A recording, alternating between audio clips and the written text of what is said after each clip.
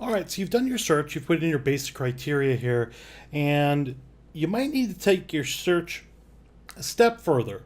Maybe your customer gives you some keywords that you're looking for in their search.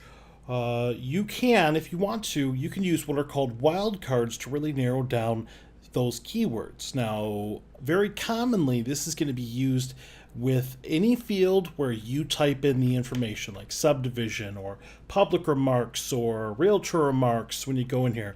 So I'm going to go to the bottom of my search. Right now I've got 172 matches.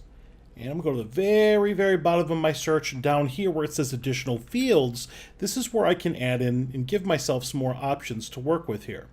So I'm going to go ahead and add, and I can add in any other field in the MLS, any other category, and I'm going to go ahead and just type in remarks, because I want to search based on what somebody put in the public remarks. So I'm going to go ahead and add that in. So once I add it in here to this box on the right, and I click on back, when I scroll to the bottom of my search, you're going to see that this field will be added. Okay. Now, you have to use what are called wildcards here. So notice how when I mouse over the field, it gives you a little tutorial. But here's how it works. If I just come in here and I type in stainless, let's say they're looking for some stainless steel appliances.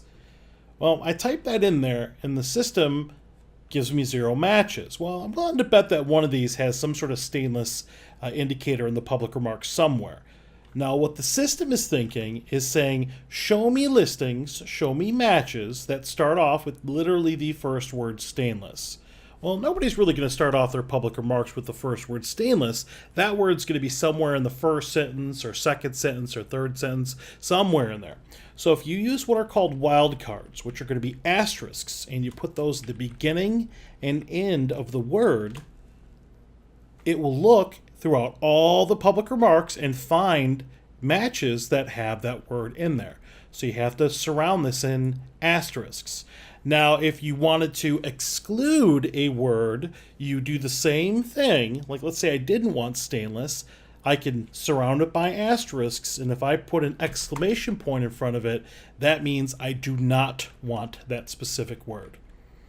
So you can use wildcards here to say I want a certain word or I do not want a certain word. You'll also notice a lot of the fields in the MLS have an and, or not function here. That can also be recreated here in the public remarks. So let's say I wanted to do a combination of terms. I can go in and do stainless, and if I do comma, that's going to be an or statement. So let's say stainless and granite. So that's going to bring me listings that feature this word or, with the comma, this word. That's going to be my or statement. If I want and, like if I want both, I can use a space instead, and that's going to only show me listings that feature this word and this word, just like the and statement in the other fields. Now, you can use this in a combination. You can say, I want this term and this term, but not this term. So you can use these wildcards in different combinations. So you have to go in and experiment with it a little bit. So I'm going to go ahead and leave you with a cheat sheet. So if you need to, hit pause.